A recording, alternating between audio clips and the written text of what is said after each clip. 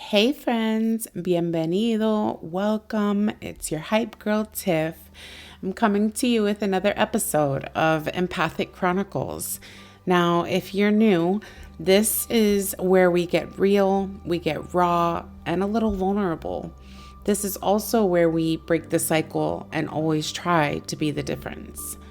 Now, being that this is episode 3, which I can't believe, wow, I am falling in love with this process and super excited about some upcoming projects and things that I have going on. So if you haven't already, please visit my Instagram page at Empathic Chronicles. And you'll follow some sub pages that I have that definitely help with the topic that we're going to be talking about today, which is mental illness. And I want to look at this episode as like an unplugged version of discussing mental health or mental illness just overall. I figured the best way to do it, because I don't speak for anyone but myself, is just by giving my story and how I live daily with mental illness. I think that being able to relate to someone who can understand, why we do the things that we do could provide some enlightenment, but also just inspire to be inspired. And that's what I'm all about. So mental illness, I've always struggled mentally. I remember in school having the ambulance called in middle school because I'd have panic attacks, just like full-blown panic attacks. I was so embarrassed, and it happened several times. It wasn't just one time.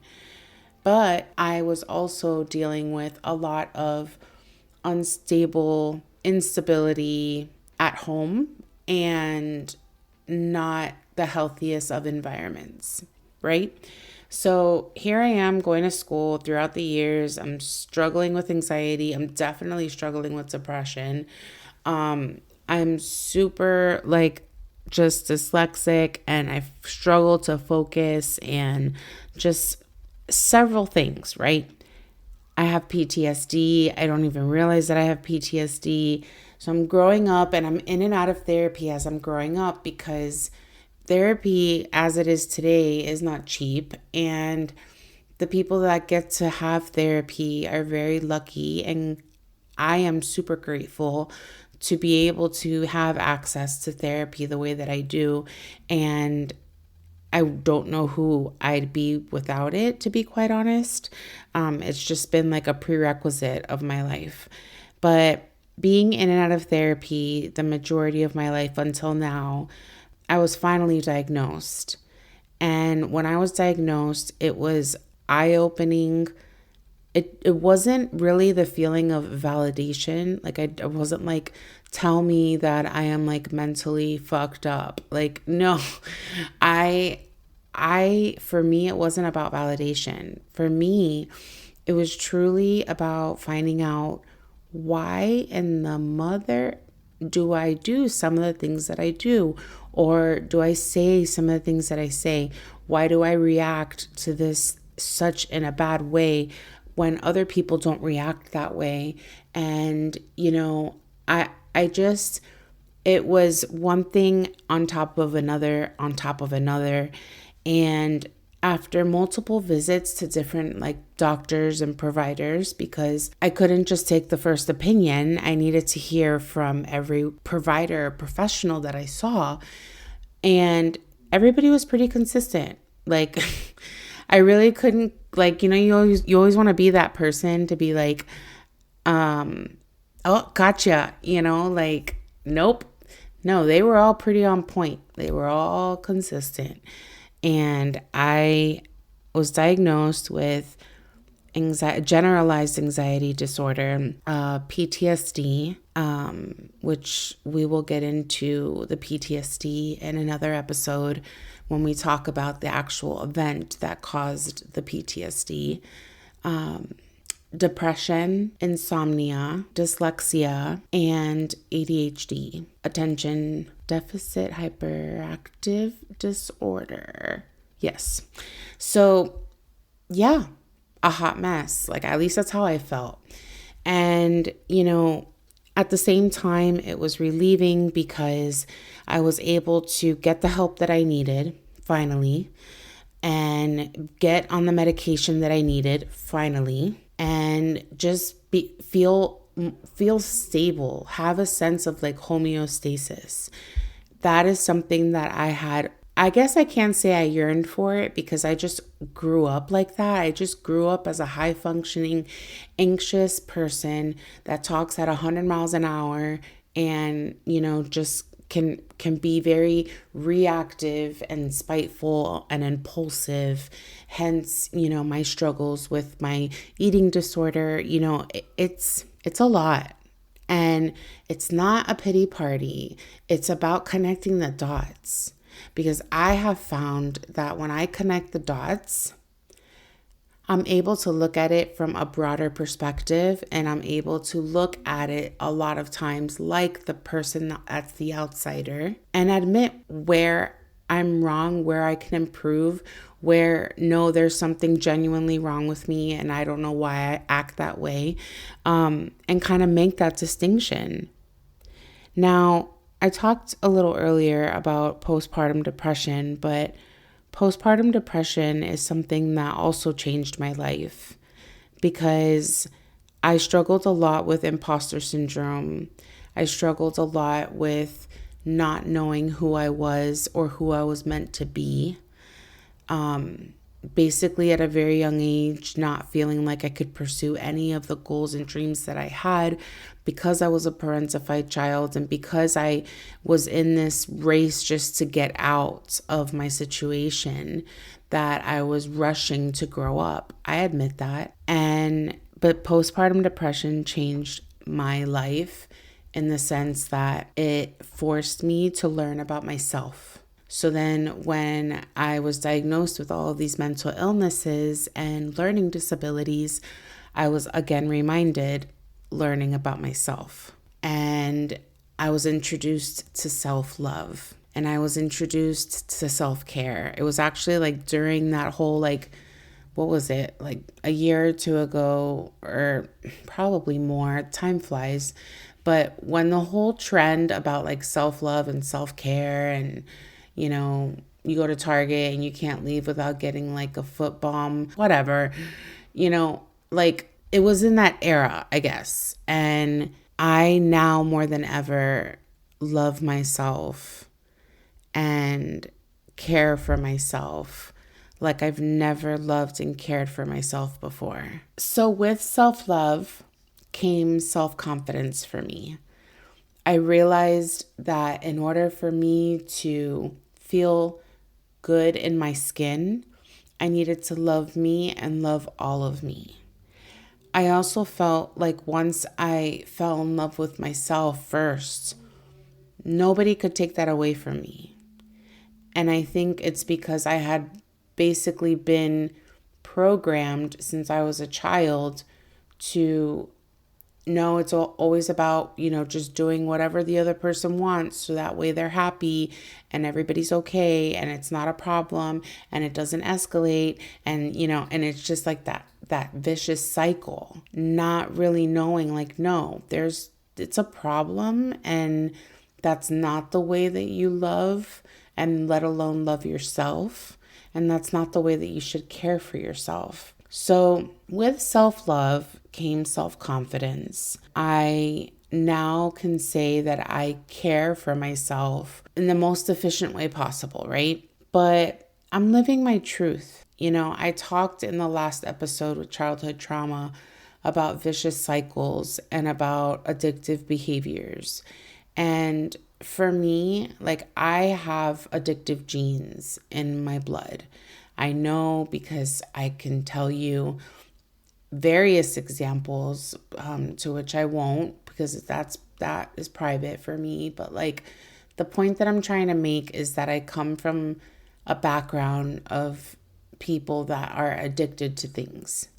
And so for me, growing up, self-love a lot of the times was related to food. And my way of satisfying myself was by eating. And if I was having a stressful day, I would have a cookie, and not just one cookie. And if I was having a stressful day, then I needed a Diet Coke or a Sprite.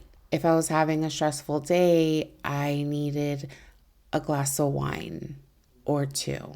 And I realized over time that I was not breaking the cycle and definitely not being the difference and absolutely repeating history and just defying everything that I had worked so hard to achieve. I always want to be the best example and role model for my children and practice what I preach. How could I do that and be in this position that I was in? So I had to learn the hard way.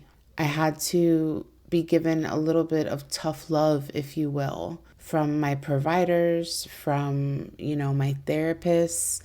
And I mean, I love my husband and I'm so grateful for his support, because I don't know where I would be in the process if I didn't have it. Being able to have someone to lean on when you can't even sit there and say that you love yourself, that's big. And that's important. And that's a love that's unconditional. That's a love that's everlasting. And a love that's good for your mental health. And so now, today, I am, a working career professional, mom. I still struggle with anxiety. I still struggle with depression. I still struggle with ADHD on a daily basis. I take medicine to regulate my conditions. But I think the big picture and what I'm trying to convey in this episode is, yeah, people will say like life goes on and, oh, whatever, woe is you. And it's just another case of the crazies. But living with mental illness is very hard. It's difficult, it's challenging. It can be hard to get out of bed in the morning. You can find yourself completely disassociated from your everyday life if you do not take the time to rectify why you feel the way that you feel, process, let go, and move forward. Not everybody can do that. I still haven't done it, and I'm in therapy. And I'm still learning how to do it. And I've spoken about this previously, but I am in love with EMDR therapy. And it is electromagnetic I'm going to have to Google this later and post it. But it's processing trauma. Like veterans have this type of therapy, and you're holding on to like an apparatus in each hand, and those apparatuses are like vibrating. But you are sitting there and you're thinking about that traumatic event and you're reliving it. So you're reprocessing all those feelings. You close your eyes and you're thinking like, where are you?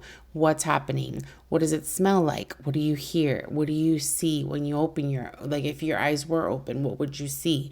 Who would be there with you? Things like that, like down to like the finest detail. And that has been the hardest therapy I've been through in my entire life. But I have to say it has kicked my ass and I love it. Because I was holding on for so long. And that's the message that I want to convey. You can become a prisoner of your thoughts. You can become a prisoner of any guilt that you may feel. Like when I spoke earlier of postpartum depression, I was petrified and embarrassed to even think that I wouldn't have a connection with my child. But the moment that we fix that and that moment of skin to skin and that moment of just connecting with your child, yes, it'll change for you, but not everybody has the same experience. So I'm grateful that I did. But I've heard stories, from other women who, didn't have that luxury. And I just think that we need to normalize the stigma of, you're just supposed to have this perfect life and you're not supposed to feel anything, and everything that happened to you should just be something of the past, and stop stressing out about it and move forward. No. I think personally, if in blue sky, if I had like a big microphone, I would ask everybody in this world to process what happened to them at some point in your life, preferably the sooner the better. Process it, because number one, you have a different perspective now from when you were in the moment of it happening to now. Whether that perspective is different in a negative way or in a positive way, it's still different. You more than likely have a support system or someone that can help you see from an outsider's perspective to compare against. It doesn't mean that person's right. It just means that that's another perspective for you, so that you can sit there and truly realize that it's okay not to be okay. And for so long, I was so worried about that. I was like, oh my gosh, what if what if I go crazy, and what if, I end up like losing my mind, and, just from all this trauma and just from things that I never had the opportunity to truly process and get rid of. We have to process it. People process it by writing in a journal. People process it by going on their phone and using the microphone feature and recording an audio of their feelings. People process it by going to the gym and working out or lifting. People process it by going on a hike, riding a horse, playing with animals. Everybody has their own way of processing it. And for me, while I didn't have the luxury of a parent to be like, I validate your feelings, it's okay, let's talk about it, let's go through it, I didn't have that. So you're talking about years of suppression. And let me tell you, that shit will eat you alive. Don't let it. Don't let it. Take what is bothering you, and yes, it is valid. It is effed up. It is not right. It is so many things. It is what happened to you, but you are not going to lay out and die because of this. You are worth it. You are enough. You are beautiful, or you are handsome, or you are gorgeous or phenomenal. You are you. And like I said in my first podcast episode, one of my favorite actresses, America Ferrera, says, no one is you, and that is your superpower. And it's true. And now that I've had this episode, whether people see me now as like a crazy person because I have mental illness, well, you know what? See it that way. But I've been able to have mental illness, get a master's degree, have the career of my dreams, mother 2 children, and be married. And so if I'm doing something right, I'm doing at least one of those things right. We have to normalize the stigma that life is just supposed to be happy-go-lucky, clicking our heels and or saying there's no place like home over and over again.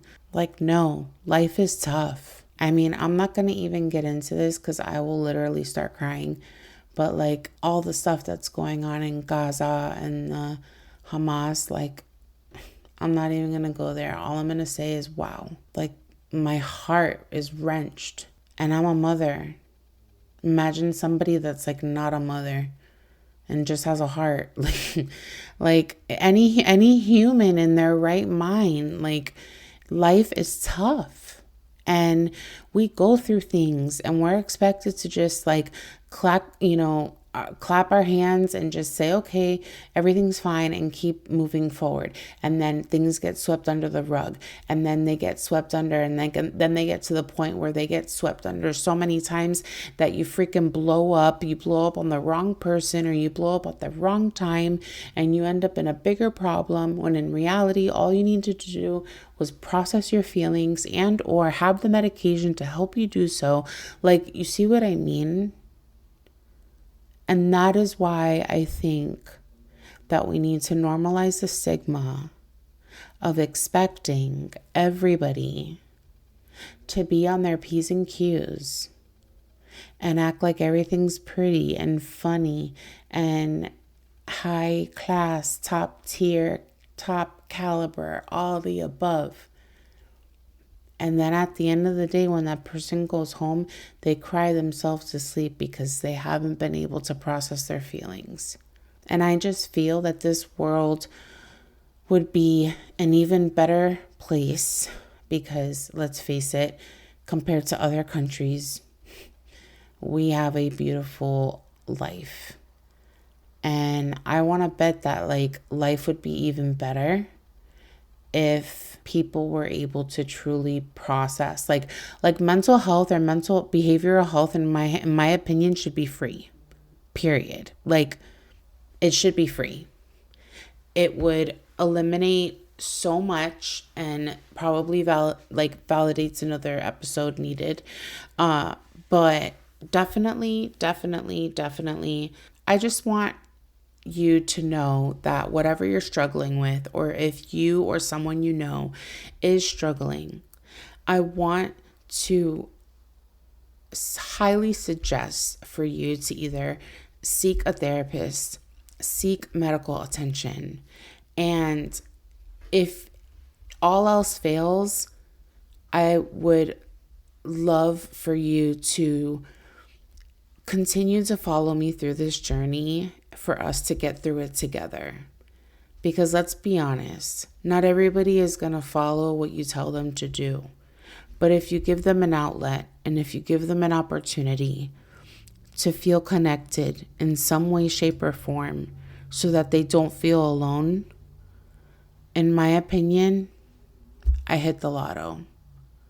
And that's just because when I was young, I wish that there was someone who could have done that for me. And I had to learn that on my own, the hard way, oftentimes, because I'm super stubborn. But that's how it had to be, because I was never taught how to regulate my emotions. I was never taught how to do a lot of things that I am now, at the age that I am, still teaching myself stuff. So stop beating yourself up about the position that your mental state is in. Stop beating yourself up about feeling the way that you feel. Those are your feelings.